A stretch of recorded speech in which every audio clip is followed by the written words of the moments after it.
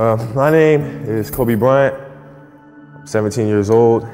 I wasn't invited to parties or friendly gatherings on the weekend. So on Fridays and Saturdays, I would go in my rec room with my basketball and basically dribble myself to sleep. And I think that was the best thing that could have ever happened to me, because during those lonely hours in the rec room, I discovered the hunger, the motivation, and the desire to be the best possible basketball player that I could be. If I just played a great basketball game, had 40 points or whatever, I'm getting all this positive feedback from people who are at the game. My head's swelling up and everything. My parents would be the first people to tell me, hey, look, you played a great game, but there's no need for your head to get all big. No need for you to get cocky and think that the world owes you something. But at the same time, when things are bad, things are going bad, they'll come up to me and say, hey, there's another day, the sun will come out tomorrow. It's time for you to move on and go for bigger sights, set some bigger goals. We were playing against the Lakers, Tom, and we were out here in LA. Look, I always try to outwork people, right? That's just how I made my mark. So the game was at 7. I was like, you know what? I'm gonna come to the Staples Center, because we're playing, this is when the Lakers had Kobe and Shaq, okay? This is like the championship Lakers. I was like, I'm gonna get there at 3 o'clock, and I wanna make sure I make 400 made shots before I go back into the room, and then I sit in the sauna and I get ready for the game. So, get in the car, get to the gym, get there, and as I'm walking onto the court, who do I see? I see Kobe Bryant, already working out. So once I set my foot across that line, I started working out. And so I worked out for a good hour and a half. And when I came off, after I was done, I sat down, and of course I still hear the ball bouncing. I look down, I'm like, this guy's still working out? He was working out for it looks like he was in a dead sweat when I got here, right. And he's still going. And it's not like his moves are nonchalant or lazy. He's doing game moves, right. I sit there and I unlace my shoes. I'm like, I want to see how long this goes. So I sit out there and watch another 25 minutes. And he got done. I said, okay, I think I've seen enough. Go play, come back, get in the sauna, get ready for the game. That game, he drops 40 on us, okay? And after the game is over, I'm like, I have to ask this guy. I have to understand, why he works like that. Right. So after the game is over, I'm like, hey, Kobe, why were you in the gym for so long? He's like, because I saw you come in, and I wanted you to know that it doesn't matter how hard you work, that I'm willing to work harder than you. We were in Vegas for the start of training camp, and we were getting ready for the Olympics in Beijing. We're going to head to Beijing. And I wanted to establish myself as a young leader on the team by waking up bright and early, day one. So the goal was to be the first one at breakfast. So I set my alarm. I make sure I'm up by sunrise. I get out of bed, I put on my gear, and I head downstairs. But when I get there, Kobe's already there, with ice packs on his knees, drenched in sweat. Now, it took me a minute to figure it out, but this guy wasn't only awake before me. He had already worked out. He had just played in the finals days earlier. Meanwhile, I'd been off for months and I was still exhausted. What he had done that morning was incomprehensible to me. That dedication he had only days after falling short of an NBA championship. That taught me something I've never forgotten. Legends aren't defined by their successes. They're defined by how they bounce back from their failures. So when you think about the greatest players of all time, 90–80% of them have God gift of natural talent, ability, body, right? So Jordan, 48-inch vertical, right? You got the big hands, right? You got LeBron, right? You have Shaquille O'Neal, right? Then Magic, 6'9" point guard with vision. Kobe, standard. If I give you 6'6" and then took every 6'6" guard in the NBA and NBA history, you would never find him, right? You would never find Kobe because he didn't have big hands, right? He wasn't quick, he wasn't fast. 38-inch vertical, that's standard. If you don't have a 30-inch vertical, you're not even a shooting guard in today's game, right? And what he did with that body, it's like you took You took a S500 and he was pushing it like a Bugatti. That's what we look at. We look at the normal person fighting gods. Yes. You're playing against the Golden State Warriors. Score is 107-109. You guys are close to getting into the playoffs. You're about to take your shot, and then all of a sudden, boom. Falls down. Again, he's struggling. He's at the line to shoot free throws, so he can't be taken out of the game right now. Right after you were injured, you went on Facebook and you posted a lengthy blog. This is such BS. All the training and sacrifice just flew out the window with one step that I've done millions of times. The frustration is unbearable. The anger is rage. Why the hell did this happen? Makes no damn sense. Now I'm supposed to come back from this and be the same player or better at 35? How in the world am I supposed to do that? I have no clue. Maybe I should break out the rocking chair and reminisce on the career that was. Maybe this is how my book ends. Maybe Father Time has defeated me. Then again, maybe not. There are far greater issues and challenges in the world than a torn Achilles. Stop feeling sorry for yourself. Find the silver lining and get to work with the same belief, same drive, and same conviction as ever. One day, the beginning of a new career journey will commence. Today is not that day. If you see me in a fight with a bear, pray for the bear. This is another obstacle. This obstacle cannot define me. It's not going to cripple me. It's not going to be responsible for me stepping away for the game that I love. I'm going to step away on my own terms. My brain cannot process failure. It will not process failure. Because if I sit there and have to face myself and tell myself, you're a failure, I think that's almost worse than death. If your job is to try to be the best basketball player you can be, right? To do that, you have to practice, you have to train, right? You want to train as much as you can, as often as you can. So if you get up at 10 in the morning, train at 11, right? 12, say 12, train at 12, train for 2 hours, 12 to 2. You have to let your body recover. So you eat, recover, whatever. You get back out, you train, start training again at 6. Train from 6 to 8, right? And now you go home, you shower, you eat dinner, you go to bed, you wake up, you do it again, right? Those are 2 sessions. Right? Now imagine you wake up at 3, you train at 4. You go 4 to 6, come home, breakfast, relax, blah, blah, blah. Now you're back at it again, 9 to 11, right? You relax, and now all of a sudden you're back at it again, 2 to 4, and now you're back at it again, 7 to 9. Look how much more training I have done by simply starting at 4, right? And so now you do that, and as the years go on, the separation that you have with your competitors and your peers just grows larger and larger and larger and larger and larger. And by year 5 or 6, doesn't matter what kind of work they do in the summer, they're never going to catch up because they're 5 years behind.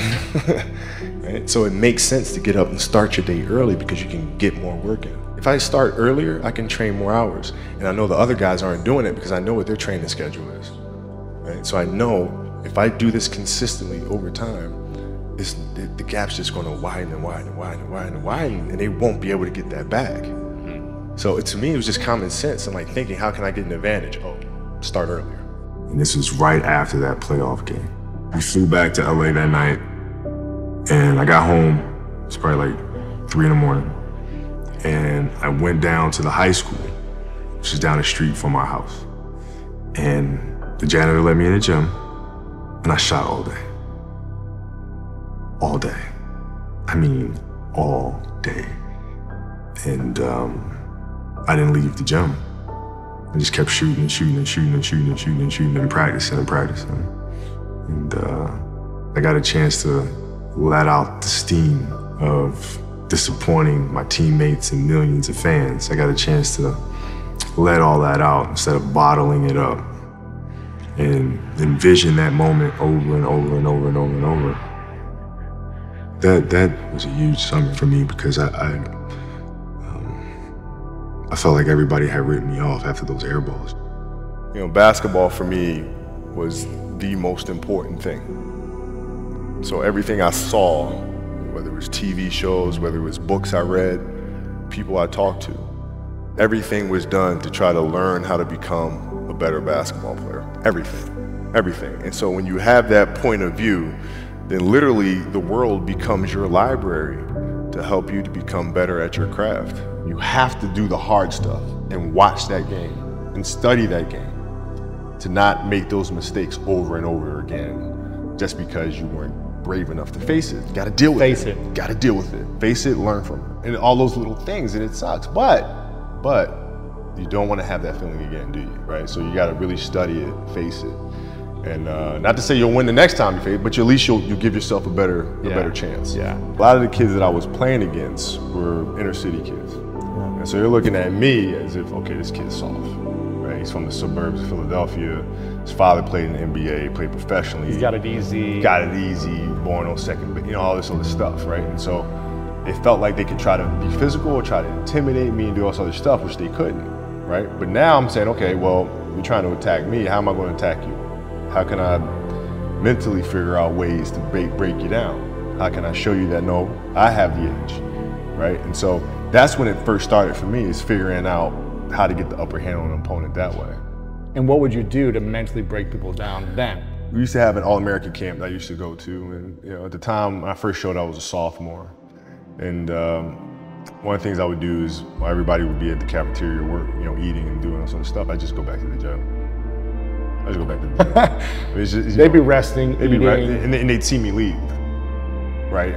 But now you're in a tough position because you're like, okay, I want to be like, I'm following the kid to go work out, but I know he's working, he's up early, and he's doing all this other stuff. And so that was my way of showing them, yeah, I may be from the suburbs, but you're not going to outwork me. Wow. And I'm mentally going to. Did someone teach you that? Was that just a thing that you decided, like, I'm going to get in people's minds?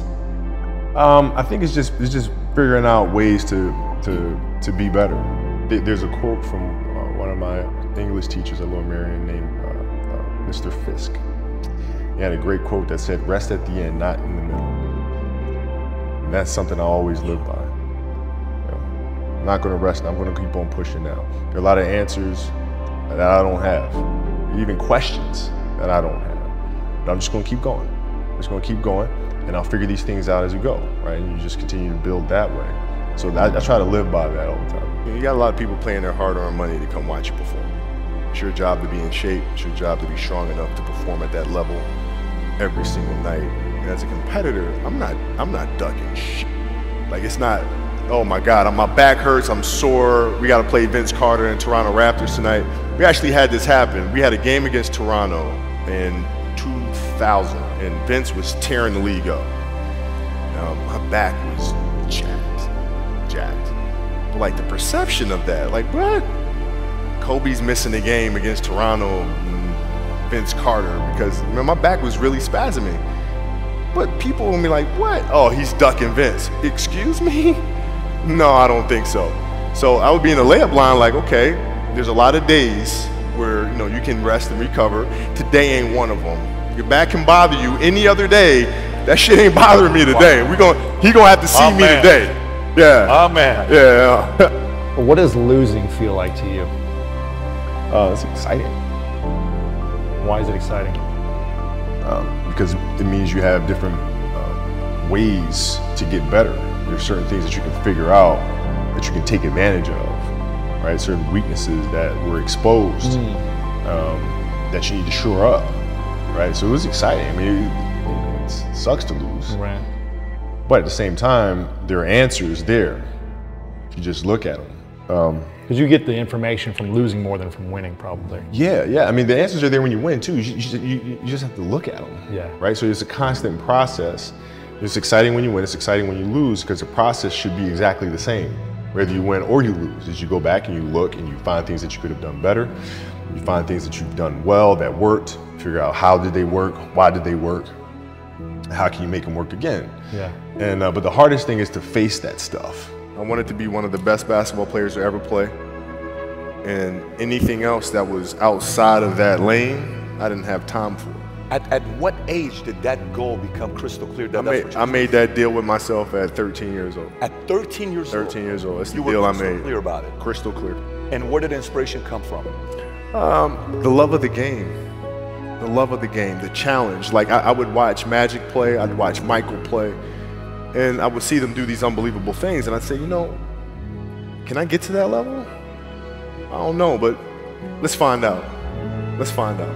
And so that curiosity to see where I could push this thing led me down that path, I think. I think the greatest fear that we face is ourselves, actually. You know, I think it's not anything that's external or anything that's superficial. I think the greatest fear you face is yourself, because you know, we all have dreams, and it's very scary sometimes to accept the dream that you have. And it's scarier still to say, okay, I want that.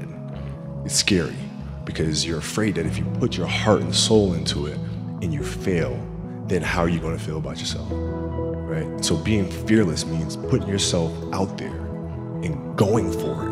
No matter what, go for it. Not for anybody else, but for yourself. At 13 years old, I played the longer game because my game wasn't about being better than you at 13. It was to be better than you when, you know, the chips are really on the line. So when we played at 13, I would size you up and see what your strengths and weaknesses are. How do you approach the game? Are you silly about it? Are you goofy about it? Are you good at it just because you're bigger and stronger than everybody else? Right? Or is there actually thought and skill that you put into it? Right? And when I'd play to my weaknesses. I wouldn't play to my strengths. I played to my weaknesses. Because when you're playing summer basketball, there's so many games. So there's not a lot of skill work being done. So when are you going to get better? Right? When you're playing in competition situations, you're only playing to your strengths. Why? Because you want to win. Right? So what I would do, I was work on the things during those games that I was weak at. Left hand, pull up jump shot, post game. Right? So I have a strategy. And so then fast forward to when I'm 17, and my game is completely well-rounded, and that player at 13 that I saw at 13 is still doing the same shit at 17, now you got a problem. The Mamba mentality simply means trying to be the best version of yourself. That's what the mentality means. It means every day, you know, you're trying to become better. And it's a constant quest. It's an infinite quest.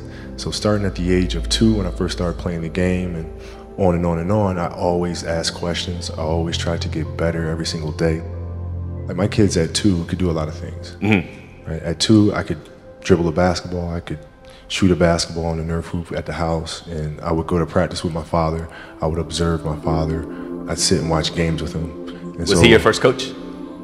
Yeah, man, I guess you could say that. You know, a lot of things I learned by just being around the game. Right? So by the age of 6, I was already strategizing versus other 6-year-olds. I think the best way to prove your value is to work, is to learn, is to absorb, to be a sponge. You always want to outwork your potential. You know, as hard as you believe you can work harder than that. And that's what I tried to do when I first came in the league. But you know, basketball is such a direct competition sport that me coming in at 17, I hated when like my teammates would say, you know, I get hit with an elbow, right? Shaq would hit me with an elbow in practice, and like, you know, Nick Van Exel will come up and say, "Are you okay?" I'm like, what?